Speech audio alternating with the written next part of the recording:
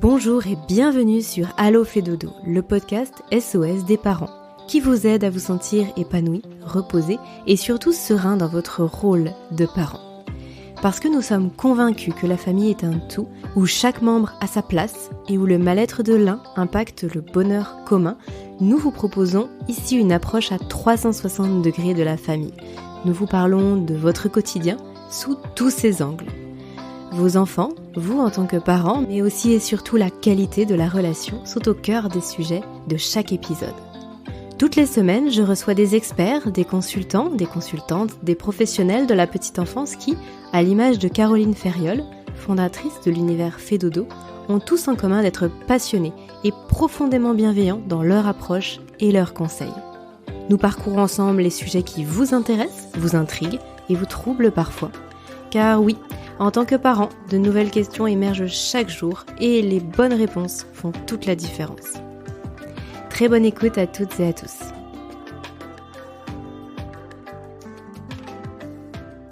Bonjour Manon. Bonjour Aurélie. Manon, bienvenue sur Allo fait dodo. Manon, vous êtes orthophoniste et aujourd'hui, nous allons évoquer ensemble en quoi l'orthophonie peut aider son enfant ou son bébé. Très bien. Alors, avant de rentrer dans le vif du sujet et de répondre à cette vaste question, Manon, je vous propose de nous dire en quelques mots qui vous êtes, quel est votre parcours, bref, de vous présenter. Eh bien, je m'appelle Manon Pi, donc je suis orthophoniste en cabinet libéral depuis 2015 et j'exerce essentiellement avec des enfants, donc de différentes pathologies. Mais voilà, j'ai fait le choix de n'avoir qu'un champ assez restreint de pathologies. Comme ça, je me sens aussi plus compétente. Je fais aussi des formations sur ces pathologies-là et du coup, ça me permet de me sentir plus compétente sur le domaine des enfants dans l'orthophonie de manière générale. Mais l'orthophonie ne se limite pas à prendre en charge des enfants.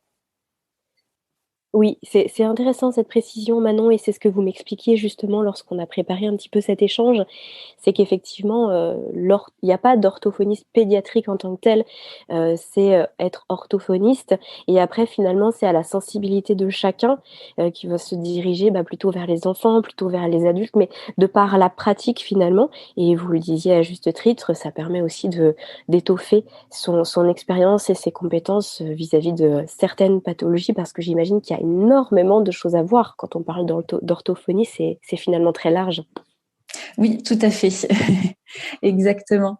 Oui, l'orthophonie, c'est donc une profession paramédicale qui est très, très large. Il n'y a pas d'âge limite pour consulter un orthophoniste. C'est tout ce qui concerne, en gros, la communication orale ou écrite, mais aussi tout ce qui concerne les pathologies de la sphère ORL. Et donc, ça peut aussi bien concerner des problèmes de voix, comme des problèmes de cancer, de déglutition, des troubles d'apprentissage pour les enfants. Voilà, c'est très, très large. Alors, est-ce que justement, vous pouvez nous en dire un petit peu plus sur les différents types de consultations en orthophonie pour les enfants et les bébés? Très bien. Donc, du coup, on se concentre vraiment sur la partie enfant et bébé. Donc, voilà, on laisse de côté tout ce qui concerne les adultes.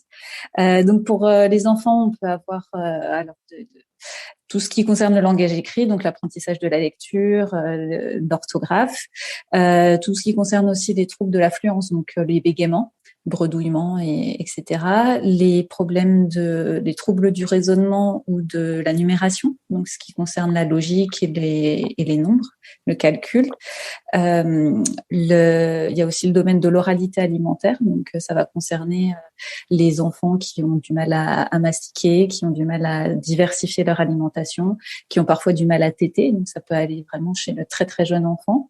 On aura tout ce qui est aussi trouble du langage oral, que ce soit juste de l'articulation, par exemple un enfant qui n'arrive pas à prononcer certains sons, ou vraiment un trouble du langage oral, où là le problème il sera plus au niveau de la formation des phrases, des mots qui ne sont pas là où il faut, un manque de vocabulaire, etc. Il y a aussi tout ce qui concerne le placement de langue. Là, en général, c'est des enfants qui sont référés par les orthodontistes quand il faut placer les bagues pour remettre les dents en place. Si la langue elle n'est pas placée au bon endroit, de toute façon, le travail de l'orthodontiste ne pourra servir à rien.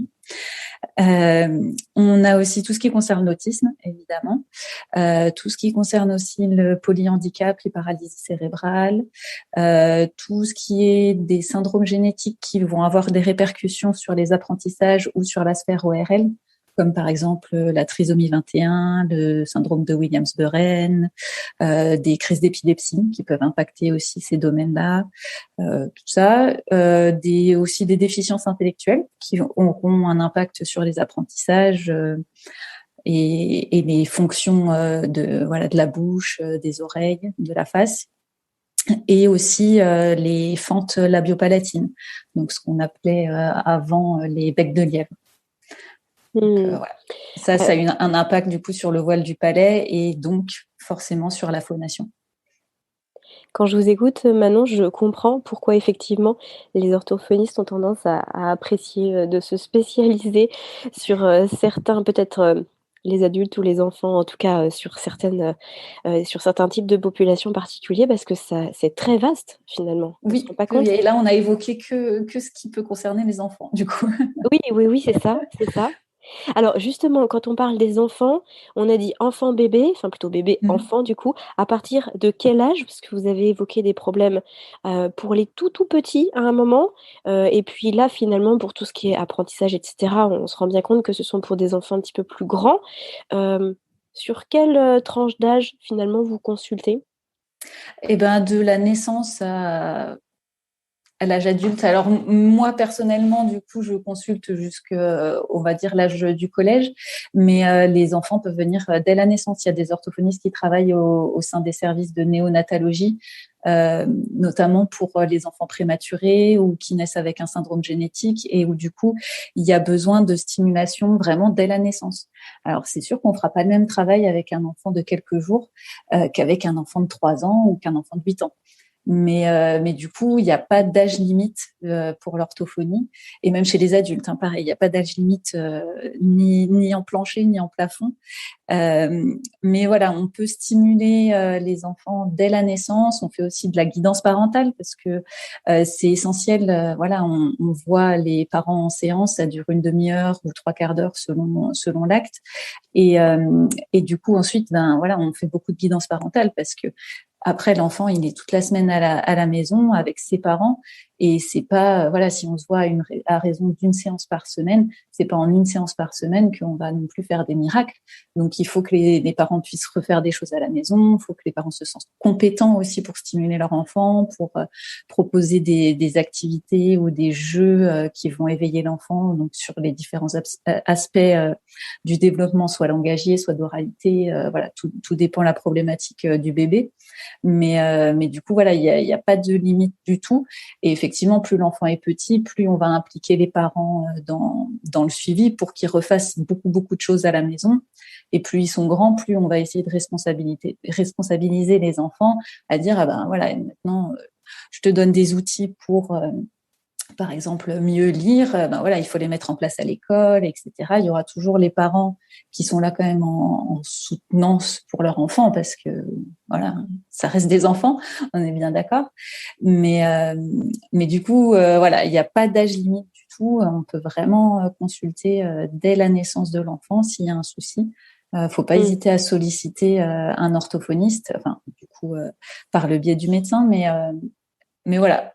Alors justement, là, Manon, on rentre absolument dans le cœur de notre sujet aujourd'hui, à savoir comment l'orthophonie va pouvoir aider son bébé ou son enfant. Mais pour ça, il faut déjà peut-être bien comprendre ce qui peut nous alerter en tant que parents. Quels sont les signes qui font qu'on va se dire, ah là, je pense qu'un orthophoniste pourrait nous aider, nous dans notre famille. Du coup, qui est concerné en fait? Dans quelle situation on va pouvoir se dire: «Ah là, il y a quelque chose qui, je pense, n'est pas normal», avec des guillemets sur le normal, bien sûr. Évidemment. Mais en fait, tout dépend de la pathologie, de ce qu'on remarque. Mais par exemple, donc pour l'oralité alimentaire, les signes d'alerte peuvent être très précoces. Ça peut du coup être des douleurs à l'allaitement. Donc à l'allaitement au sein bien sûr. Si c'est pas un allaitement au sein mais au biberon, ça peut être des repas qui durent très longtemps, des fuites de lait sur le coin de la bouche ou même par le nez parfois. Après, l'oralité alimentaire, ça peut aussi devenir compliqué à la diversification. Donc si l'enfant il n'accepte pas la cuillère, par exemple, il a du mal à accepter les nouveaux aliments. Si l'enfant n'accepte pas les morceaux, aussi vers 9 mois, 1 an à peu près, normalement l'enfant est capable de mâcher des morceaux mous. Donc voilà, tout ce qui est du coup du retard sur le développement de la mastication et de la diversification. Ça peut être des signes d'alerte pour l'oralité alimentaire. Et aussi, il peut y avoir, si l'enfant ne supporte pas d'être sale, d'avoir les mains sales, le visage sale, il veut tout le temps se nettoyer. C'est des petites choses qui peuvent alerter sur une hypersensibilité. Donc ça, c'est ce qui Donc concerne. Oui. ah oui, donc là, ça va même encore plus loin, effectivement. Donc, parce que je n'aurais jamais associé le terme d'orthophonie à hypersensibilité. Et là, vous êtes en train de faire ce lien-là. C'est extrêmement intéressant parce qu'effectivement, l'hypersensibilité, là, on s'éloigne de la bouche en tant que telle. On va sur d'autres sens. Et là, vous êtes en train de nous dire que oui, il y a un lien et que vous pouvez complètement aider les parents là-dessus. Oui, tout à fait. Et l'hypersensibilité, c'est aussi un trait qu'on retrouve notamment dans l'autisme. Donc après, on ne fait pas le lien non plus entre autisme et troubles de l'oralité alimentaire, c'est deux choses différentes, mais c'est un symptôme qu'on peut retrouver dans les deux pathologies. D'accord, ok. Donc voilà, ensuite, pour l'autisme, les signes d'alerte, ça peut être du coup que l'enfant ne parle pas, le bébé ne babille pas, qui regarde pas dans les yeux quand on s'adresse à lui, qui s'intéresse pas aux autres personnes. Et souvent, c'est des enfants qui s'intéressent beaucoup à quelque chose en particulier. Donc vraiment, ils vont être très attirés par un domaine. Et il y aura que ça, que ça, que ça. C'est un peu monomaniaque, on pourrait dire. Alors avec des guillemets, bien sûr. Donc ça, ce serait les signes d'alerte pour l'autisme. Pour le langage oral, c'est les signes d'alerte, c'est qu'il y ait que les parents et les frères et sœurs qui comprennent l'enfant. Dès qu'on sort du cercle familial, il y a les autres adultes qui ne comprennent pas. Les premiers mots doivent apparaître avant 18 mois, même s'ils sont déformés. Hein, on parle bien d'un mot. Voilà, si ta, ça veut dire tiens et que tu l'utilises à bon escient, c'est un mot. Une association de 2 mots pour faire 2 phrases doit apparaître avant 2 ans et demi aussi. Donc ça, c'est un peu les points de repère pour le langage oral. Pour tout ce qui est troubles d'apprentissage, donc lecture, orthographe, troubles du raisonnement logique ou troubles de la numération, en général, il faut faire confiance aux enseignants. Ils ont l'habitude, ils arrivent à voir quand il y a un vrai décalage avec le reste du groupe classe.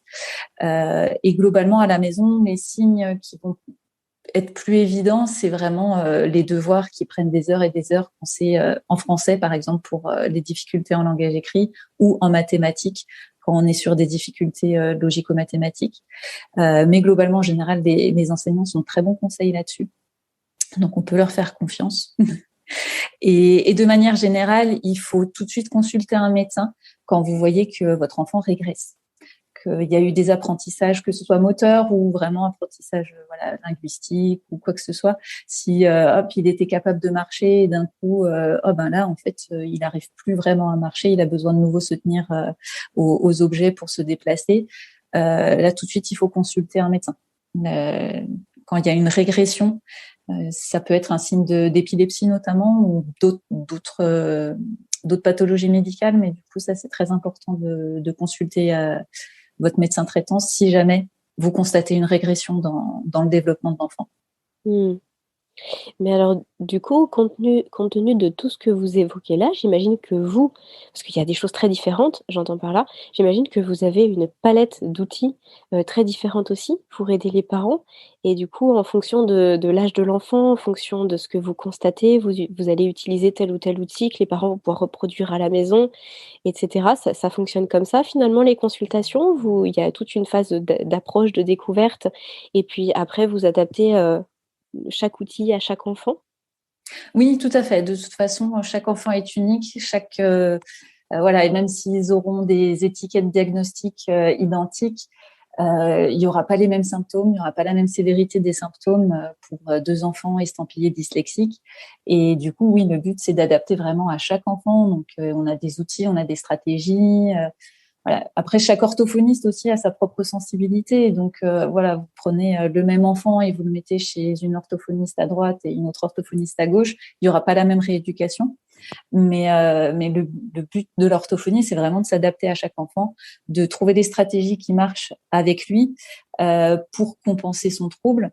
Et effectivement, après, le but, c'est d'automatiser au maximum avec la famille et lui-même en classe pour des troubles des apprentissages ou à la maison pour des troubles, par exemple, d'oralité. Le but, c'est vraiment de trouver voilà ce qui marche avec tel enfant et de pouvoir l'implanter à la maison et au quotidien pour que du Mmh. coup le trouble ne soit plus un handicap.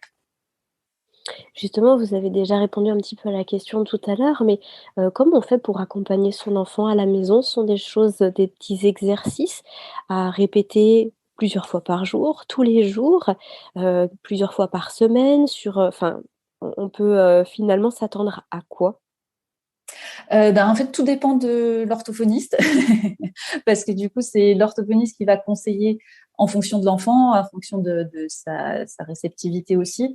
Et oui, ça peut être des petits exercices, quelques minutes à la maison pour vraiment automatiser ce qui marche en séance. Le but, c'est que justement, ça devienne automatique pour lui, c'est-à-dire que l'enfant a des difficultés, on trouve un chemin dérivé pour qui est facile pour lui, mais par contre, il faut qu'il pense à utiliser ce chemin, on va dire cet itinéraire bis, puisque le chemin tout droit ne fonctionne pas bien chez lui.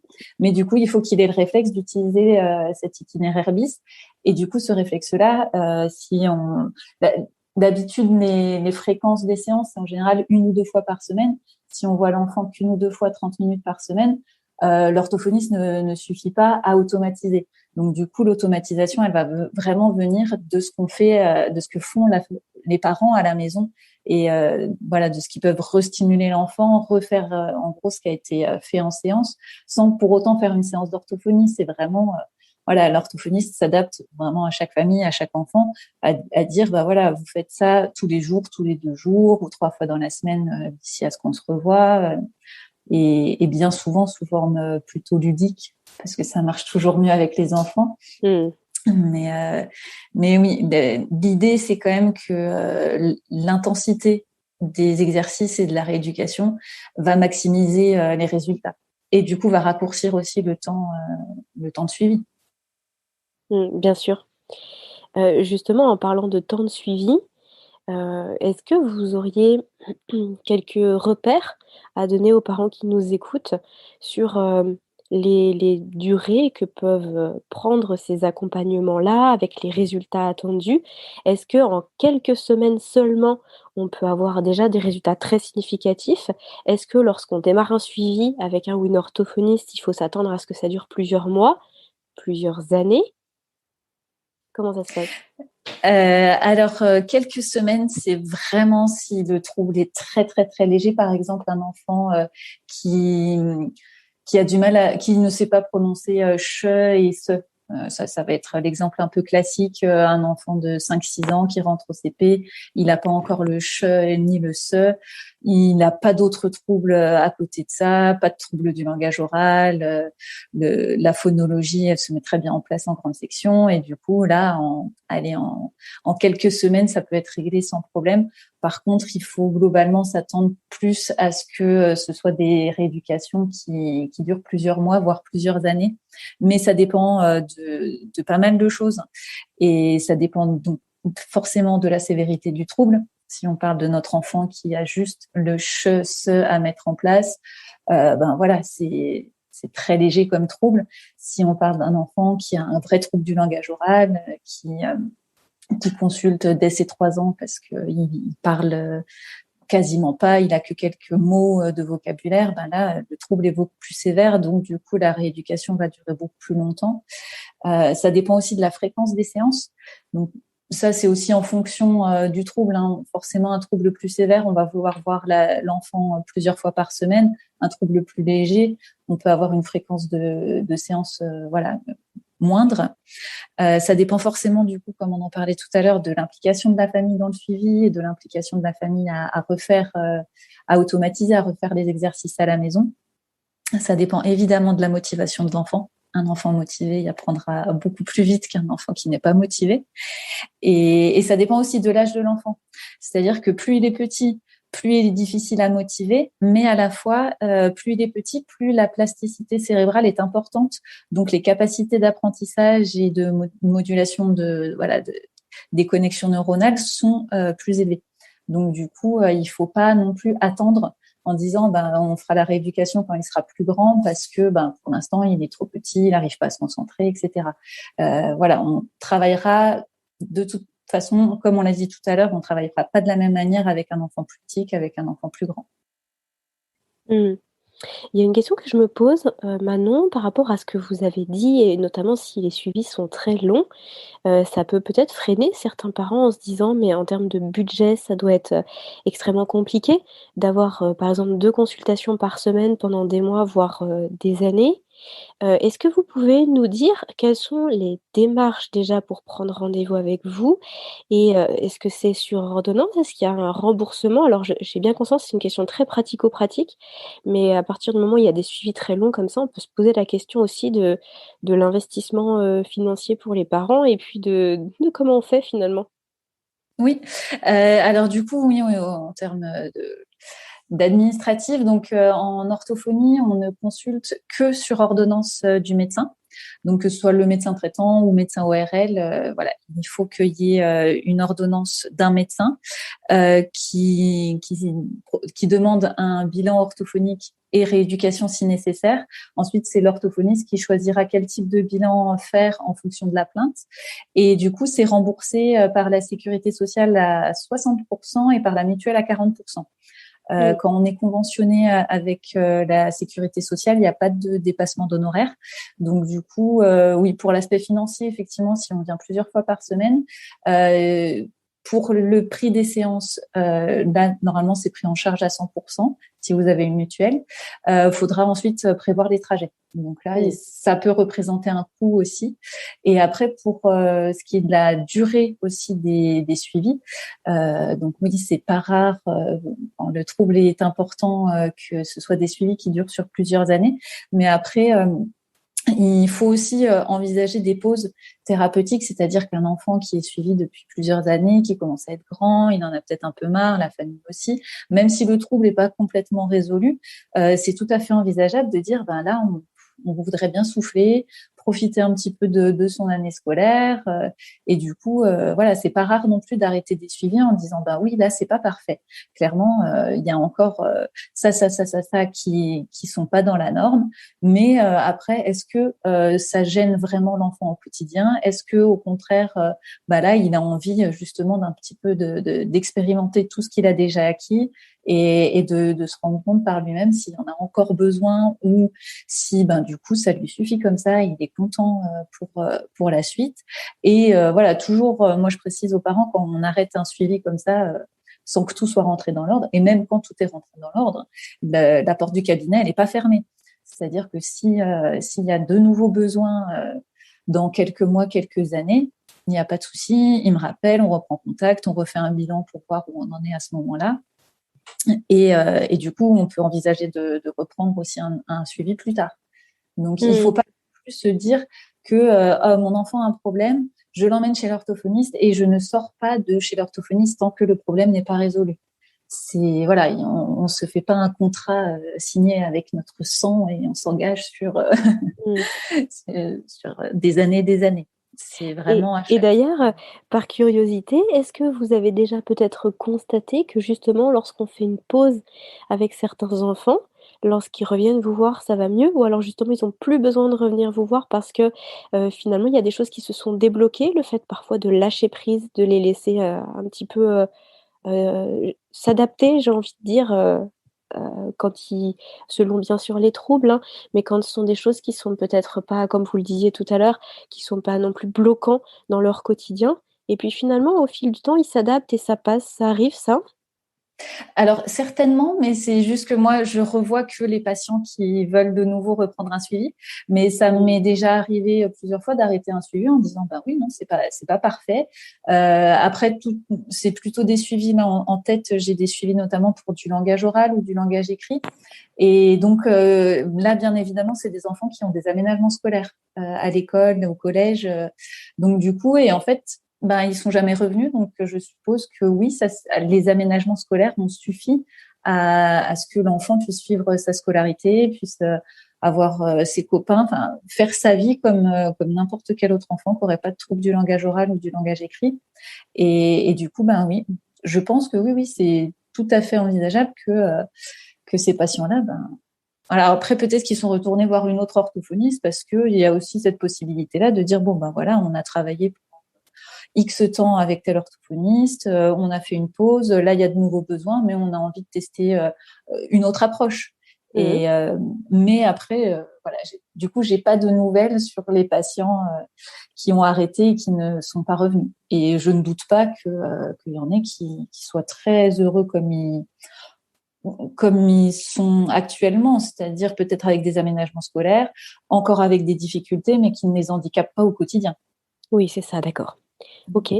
Hem, j'ai, souvent entendu parler, de troubles, justement pour les enfants, de troubles par exemple notamment au niveau du langage qui pourraient être liés à, un trop d'écran par exemple à la maison ou alors parfois, par rapport à l'alimentation en fait. Je pense à des choses qui sont très différentes. Mhm. Est-ce que dans votre pratique, vous abordez aussi des pans de la vie de l'enfant qui peuvent, paraître très éloignés et qui finalement sont liés? Est-ce que ça fait partie du quotidien? Oui, alors après, c'est pas forcément des choses que je vais travailler, mis à part les écrans où là, il y a quand même, je pense, une bonne part de prévention à faire. Mais effectivement, moi, je m'intéresse à l'alimentation de l'enfant, alors notamment pour déceler si jamais il y a un trouble de l'oralité. C'est-à-dire que l'oralité alimentaire et l'oralité verbale sont liées. Donc, un enfant qui vient me voir parce qu'il a un retard de langage oral, forcément, je vais creuser l'alimentation pour voir s'il n'y a pas quelque chose et à la fois sur le plan verbal et à la fois sur le plan alimentaire. Mais aussi, je vais m'intéresser au sommeil parce qu'il peut y avoir des répercussions si l'enfant dort mal, pour des enfants, par exemple, qui ont des troubles d'apprentissage plutôt. S'il dort mal, ben forcément, il est aussi moins disposé en journée à être bien attentif en classe, à bien mémoriser. Donc, oui, on s'intéresse quand même un peu à la vie au quotidien de l'enfant. Après, voilà, il faut toujours rester suffisamment délicat pour pas paraître intrusif, mais toutes ces Bien choses-là, sûr. oui, ça entre en jeu, ça entre en jeu en tout cas enfin, voilà, l'enfant qui arrive avec un problème de langage oral ou de langage écrit, ben bien souvent c'est pas complètement isolé. Il faut regarder tous les autres aspects, voir les leviers en gros sur lesquels on peut appuyer pour améliorer les choses aussi en dehors juste du trouble vraiment neurologique, on va dire. Mmh. Et après, pour ce qui est des écrans, voilà, notamment les enfants qui ont un trouble du langage oral, euh, donc je fais énormément de prévention dessus parce que effectivement, ça peut freiner le développement du langage oral s'il y a trop d'écrans au détriment d'interactions avec des adultes ou d'autres enfants. C'est pas l'écran qui sera le problème, c'est jamais ça, hein. L'écran n'est de toute façon que ce qu'on en fait. C'est si l'enfant il passe 80% de son temps éveillé tout seul avec un écran plutôt que 80% de son temps éveillé à faire des choses, à discuter avec d'autres personnes, à faire des jeux de faire semblant, à faire du cache-cache, enfin tous ces jeux que voilà que les enfants qui n'ont pas d'écran font. Si tout ce temps-là il est remplacé par un temps plus ou moins passif, parce qu'après, il y a des applications qui rendent l'enfant un peu plus actif. Mais voilà, ça reste une proportion. Mais Ok. voilà, je diabolise jamais les écrans parce qu'il y a plein d'applis qui sont fantastiques dessus. Mais moi, j'essaye de faire comprendre aux parents que l'écran est un jouet comme un autre, c'est-à-dire qu'il ne doit pas prendre le pas sur les autres jeux. Et il faut que ce soit toujours fait en contrôle. Voilà, c'est un outil parmi d'autres. Donc, faut pas que ça prenne des proportions trop importantes. Est-ce que souvent les problèmes pour lesquels on fait appel à vous relèvent d'un caractère génétique? Est-ce que si papa et maman ont eu par exemple besoin d'un orthophoniste lorsqu'ils étaient enfants, est-ce que les enfants en auront besoin aussi? Est-ce qu'au sein de la fratrie, si le premier et on a eu recours à un orthophoniste, ça veut dire que le deuxième, le troisième, ce sera la même chose?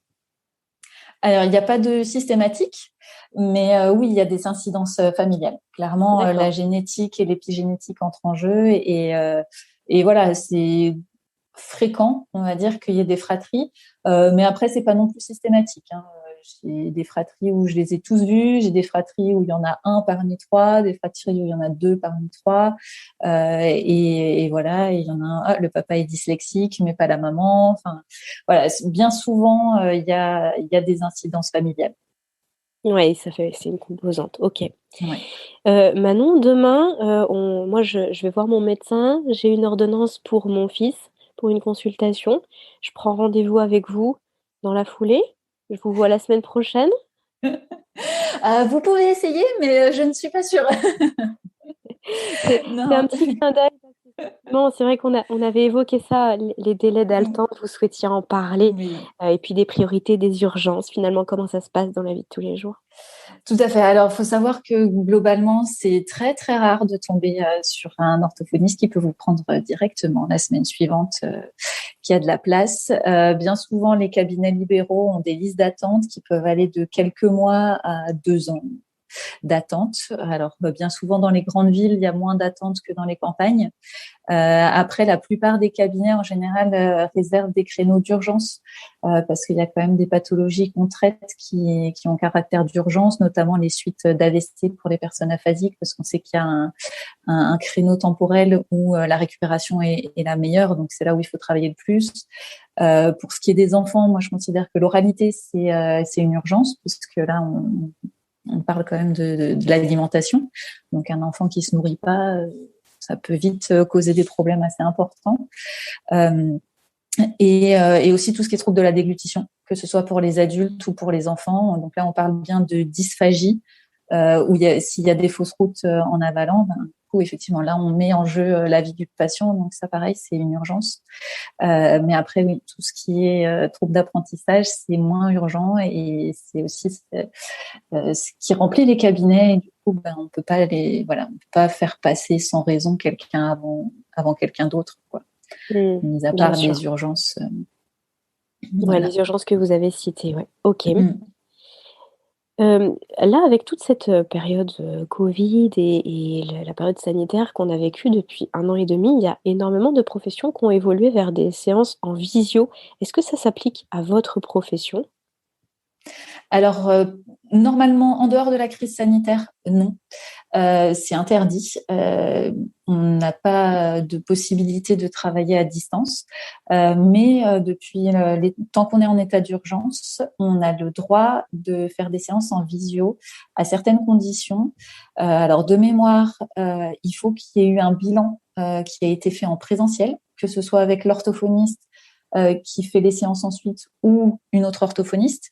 Notamment, je pense aux patients adultes qui, par exemple, ont fait un AVC. Donc, c'est l'orthophoniste de l'hôpital qui va faire le bilan pour diagnostiquer une aphasie, etc. Et une fois que le patient sort de l'hôpital, il va aller trouver une orthophoniste en cabinet libéral. Et là, le suivi peut commencer directement en visio puisque le bilan a déjà été fait en présentiel.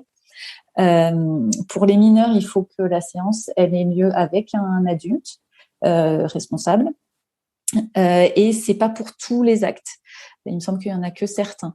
Et du coup, pour l'instant, ces conditions-là, c'est uniquement pendant le temps de l'état d'urgence. Donc, en principe, le jour où on n'est plus en état d'urgence, ça devrait redevenir à présentiel obligatoire. Là, je précise qu'au moment où on enregistre le podcast, on est du coup en juin 2021. Et du coup, c'est encore très très frais tout ça. Donc là, par contre, on est toujours en état d'urgence ou là, on en est Oui. sorti? On est toujours en état Il me semble d'urgence, qu'on c'est ça? est toujours en état d'urgence. On a toujours le droit de faire de la téléorthophonie, donc avec les conditions que j'ai énumérées. Mais voilà, à voir ce qui se passe quand on sort de l'état d'urgence. Est-ce que ils vont maintenir une possibilité de faire des soins en distanciel ou pas, à d'autres conditions ou pas? Voilà, pour l'avenir nous le dira. Pour l'instant, je sais que voilà, avant la pandémie, c'était interdit, c'était pas possible. Maintenant, pendant la pandémie, c'est possible à condition. Après, on verra bien. D'accord. J'avais une question aussi, Manon, par rapport aux autres professionnels avec lesquels vous travaillez. Là, vous nous avez dit que, par exemple, vous avez évoqué les freins de langue tout à l'heure. Vous avez aussi évoqué alors des problèmes peut-être de sensibilité ou de troubles alimentaires notamment. J'imagine que vous avez un carnet d'adresses avec peut-être des psychomotriciens, des chiropracteurs, des personnes spécialisées dans l'alimentation de l'enfant. Vous êtes amené à renvoyer certaines familles vers d'autres professionnels. J'imagine que d'autres professionnels vous envoient aussi les enfants. Oui, tout à fait. Donc du coup, oui, l'idée, c'est quand même qu'on est plus efficace en pluridisciplinaire, c'est-à-dire que voilà, chaque professionnel de santé a ses limites. Et du coup, moi, j'hésite pas à conseiller aux parents de consulter tel ou tel professionnel. Ça peut être des médecins, donc le médecin traitant, un ORL, un dentiste, un orthodontiste. Voilà, ça peut même être un gastro-entérologue, notamment pour les troubles alimentaires. Des fois, il faut vérifier s'il n'y a pas, par exemple, un reflux qui provoque une hypersensibilité au niveau de la bouche. Et du coup, voilà, il y a des examens médicaux à faire. Ça peut être aussi, donc, comme vous disiez, psychomotricité, parce que tout ce qui est de la sphère motrice, ça peut avoir un impact sur l'alimentation, parfois sur les apprentissages aussi, sur la concentration. L'ergothérapeute, pareil, ça travaille aussi un peu tout ce qui est moteur et tout ce qui est adaptation au quotidien. Aussi effectivement le chiropracteur ou un ostéopathe pour tout ce qui est des tensions corporelles qui peuvent du coup jouer sur la position de langue. Soit pour l'articulation, soit pour la déglutition, ou effectivement sur le frein de langue. On travaille aussi avec les orthoptistes. On peut référer orthoptiste et ophtalmologue si on a un doute, notamment quand il y a un enfant qui vient pour un trouble du langage écrit. Il faut toujours vérifier que oui, l'enfant il n'a pas besoin de lunettes parce que peut-être qu'il n'arrive pas à apprendre à lire parce que en fait il voit rien. Donc on va vérifier quand même. On peut référer aussi à psychologue, sophrologue. Parce qu'un enfant qui est en difficulté, voilà, peut-être qu'il a besoin d'en parler aussi, de tout ça pour aller mieux. Et effectivement aussi tout ce qui est trouble alimentaire, on peut aussi référer à un diététicien pour adapter. Il y a des enfants qui ont aussi, par exemple, la maladie de Crohn, donc du coup, il faut adapter le régime alimentaire et du coup, s'il y a un trouble d'oralité en plus, il faut adapter le régime alimentaire, les textures, etc. Donc, ça peut être intéressant d'avoir aussi l'avis d'un diététicien pour faire au mieux, pour pas qu'il y ait de carence pour l'enfant. Et de toute façon, oui, le but, c'est que l'enfant se sente le mieux possible, peu importe quel intervenant entre en jeu, mais le but, c'est que l'enfant acquiert un bien-être au quotidien et que ça passe par l'orthophoniste, par le pédiatre, par le sophrologue, par le psychologue, par l'ostéopathe. Il faut pas hésiter justement à consulter plusieurs professionnels pour en gros maximiser toutes les chances que ça aille mieux, quoi. Bien sûr, c'est très complet, effectivement. J'aimerais bien maintenant qu'on revienne sur quelque chose que vous avez dit tout à l'heure et qui est toujours très surprenant, je trouve, par rapport à l'hypersensibilité. Vous disiez par exemple un enfant qui n'aime pas avoir les mains sales. Est-ce qu'on pourrait prendre, justement cet exemple-là, pour illustrer un petit peu le chemin? Vous, comment ça se passe? Ce que vous allez pouvoir donner comme conseil aux parents? Comment ça se passe ensuite à la maison et cetera? Ben, le but, ça va être la désensibilisation. Donc, il faut déjà constater si c'est quel sens, sur quel sens il est hypersensible. Là, on disait, voilà, un enfant qui n'aime pas avoir les mains sales, ce sera plus une sensibilité tactile. Ça peut être au niveau des mains, ça peut être au niveau des bras, du corps, ça peut être que au niveau des mains, ça peut être que au niveau du visage, ça peut être que au niveau de la bouche. Après, on peut avoir un enfant qui est aussi sensible, hypersensible au niveau du bruit, au niveau des odeurs. Donc voilà, il faut déjà voir si vraiment toutes les hypersensibilités de l'enfant. Et ensuite, le but, ça va être une habituation. C'est-à-dire un enfant qui n'aime pas avoir les mains sales, eh ben on va temporiser. Allez, on va dire qu'au début on temporise, on lui dit ah oui on se lave les mains dans 30 secondes et hop 30 secondes après on lui lave les mains et essayer de lui faire accepter comme ça d'avoir les mains un peu sales de plus en plus longtemps, de plus en plus sales, toujours sans le brusquer non plus. C'est-à-dire que si vraiment il supporte pas du tout, qu'il fait une crise parce que c'est vraiment insupportable pour lui, ben on va pas attendre qu'il aille jusqu'à la crise. Il faut pas justement qu'il y ait de traumatisme par rapport à ça. C'est quelque chose qui se fait vraiment en douceur, on va dire. C'est petit à petit, on apprivoise. On va pas forcer un enfant qui a une hypersensibilité tactile au niveau des mains, comme voilà un enfant qui n'aime pas avoir les mains sales. On va pas lui mettre les mains dans la boue et lui dire bah non, tu te nettoies pas pendant 5 heures. Donc c'est vraiment petit à petit, c'est vraiment des pas de fourmis. Et hop, on grappille un peu de temps d'avoir les mains sales, on grappille un peu aussi de quantité de salissure sur les mains. Voilà, c'est progressif. Et pareil, après, pour les bruits, on essaye d'apprivoiser les bruits qui font peur, on va voir, on va comprendre. C'est C'est ce genre d'informations, Manon, qu'on retrouve sur, allo-ortho.com, un site dont vous m'avez parlé et justement qui permet aux parents d'être un petit peu dans l'attente de ce premier rendez-vous lorsque ça fait pas partie des situations d'urgence que vous citiez tout à l'heure. Vous avez évoqué ce site d'information. On va retrouver ce genre de Alors, plus conseils? spécifiquement, sur Allo Ortho, je suis pas sûre qu'il y ait des informations très, très spécifiques sur les troubles de l'oralité. Sur l'oralité alimentaire, il y a le site oralité-alimentaire.fr avec un espace famille où du coup là il y a vraiment beaucoup plus de conseils spécifiques pour les enfants qui ont un souci au niveau alimentaire. Alors ortho c'est un peu général, donc il y aura les différents domaines, donc langage écrit, langage oral et certainement même adultes.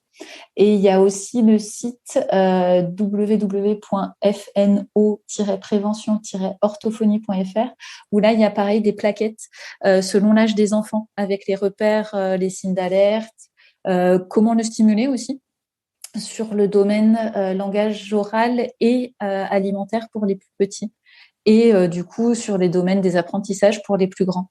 Donc voilà, ça c'est un peu les 3 sites de prévention où du coup il y a des conseils pour les parents sur les 3, donc pour les parents d'enfants qui ont des difficultés. Donc en attendant le rendez-vous chez l'orthophoniste, vous pouvez consulter ces différents sites pour avoir un peu des conseils, pour stimuler les enfants, pour les aider au mieux en attendant d'avoir un diagnostic et des conseils spécifiques pour votre enfant.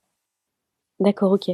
Oui, effectivement, ça répond aussi à une question que je me posais, à savoir comment finalement nous, en tant que parents, on peut avoir des repères qui soient fiables, qui sortent un petit peu juste des on-dit ou de ce qu'on entend. Par exemple, votre enfant doit marcher à tel âge ou alors notre premier il a marché à tel âge, puis le deuxième pas et du coup on peut se faire du souci. Ou alors quand justement on est jeune parent et qu'on a peu d'exemples autour de soi et qu'on peut être un petit peu perdu par rapport à l'évolution de notre enfant. Là, on va trouver des repères qui Oui. sont des vraies références. Oui. C'est là les plaquettes, je les ai revues tout à l'heure sur FNO Prévention Orthophonie. Il y a des plaquettes par âge, par tranche d'âge. Et du coup, il y a qu'est-ce que votre enfant est censé faire, comment le stimuler et quand s'inquiéter. Il y a ces trois thématiques sur les plaquettes en fonction des âges. Et bien souvent, les pédiatres aussi ils sont, aux consultations pédiatriques de l'enfant. Il ne faut pas hésiter à poser la question au pédiatre, à dire alors il en est où. En général, eux, ils sont bien au courant aussi des âges de référence pour le développement moteur, langagier, alimentaire. Donc, et voilà, faut pas hésiter à poser des questions justement à votre pédiatre le jour où vous avez rendez-vous avec lui ou elle. Oui, finalement, il n'y a pas forcément besoin de rencontrer une vraie difficulté pour consulter un orthophoniste. On peut peut-être aussi avoir une consultation pour se rassurer, peut-être aussi en tant que parent, ou pour faire un bilan, ou alors vraiment on consulte que lorsqu'il y a un gros nœud qu'il faut dénouer. En gros, la consultation en orthophonie, ça commence par un bilan. Donc, il faut qu'il y ait une question au moins. C'est-à-dire que il y a, en tout cas dans notre nomenclature des actes, il n'y a pas d'acte qui est juste conseil, prévention. C'est-à-dire il y a des consultations pour un bilan, donc il faut qu'il y ait une question. Si vous avez un doute, vous demandez une ordonnance à votre médecin, ça permet de faire un bilan, et peut-être que à l'issue du bilan, on dit en fait, le développement pour l'instant, c'est tout bien. Il n'y a pas de souci soit en oralité, en langage oral, en langage écrit, j'en sais rien. Il est dans les normes de sa classe. On donne quelques conseils derrière et du coup, il n'y a pas de rééducation. Mais effectivement, on peut pas. Il n'y a pas de séance juste de guidance, on va dire, juste de dire oui, là tout va bien, vous pouvez faire ci, vous pouvez faire ça pour continuer à aider son développement, etc. Donc mais après, si vous avez un doute, si vous avez une question, vous en parlez à votre médecin et après, vous pouvez dire j'aimerais bien avoir l'avis d'un professionnel, d'un orthophoniste. Est-ce que vous pouvez me faire une ordonnance? Et comme ça permet d'avoir le bilan qui objective vraiment s'il y a un souci ou si, non, pour l'instant, le développement, il se déroule dans les normes de son âge. Donc pas besoin d'orthophonie pour le moment. Ok, c'est très clair, Manon. Nous arrivons tout doucement à la fin de cet échange. Est-ce qu'il y a quelque chose que vous souhaitiez rajouter? Non, c'est tout bon. Je pense qu'on a fait le tour déjà, pas mal. Où est-ce qu'on retrouve un ou une orthophoniste près de chez soi? Il faut demander à votre moteur de recherche, les pages jaunes, Google. C'est voilà, vous tapez orthophoniste, le nom de la ville, et vous trouverez tous les professionnels près de chez vous. D'accord. Ok, merci beaucoup Manon pour le temps que vous nous avez accordé aujourd'hui. Avec plaisir. C'était très riche d'explications et de conseils. Je pense qu'effectivement, c'est intéressant de pouvoir étendre un petit peu la vision qu'on a de l'orthophoniste, parce qu'effectivement, l'orthophoniste, on l'associe souvent aux troubles de la prononciation et pas forcément à tout ce que vous avez dit. Donc, c'est très éclairant de vous avoir écouté aujourd'hui et je vous remercie infiniment. Merci à vous. Bonne continuation, Manon. Au revoir. Merci, au revoir. Cet épisode touche à sa fin. Il est l'heure de se quitter, mais pas pour très longtemps, puisqu'on se donne rendez-vous la semaine prochaine avec une nouvelle invitée. Des questions sur le sommeil de votre enfant ou sur le vôtre en tant que parent, des interrogations plus largement sur le domaine de la petite enfance, je vous invite à solliciter directement un rendez-vous gratuit avec une consultante de l'univers Fedodo sur fedodo.fr. À très bientôt sur Allo Fedodo et prenez bien soin de vous.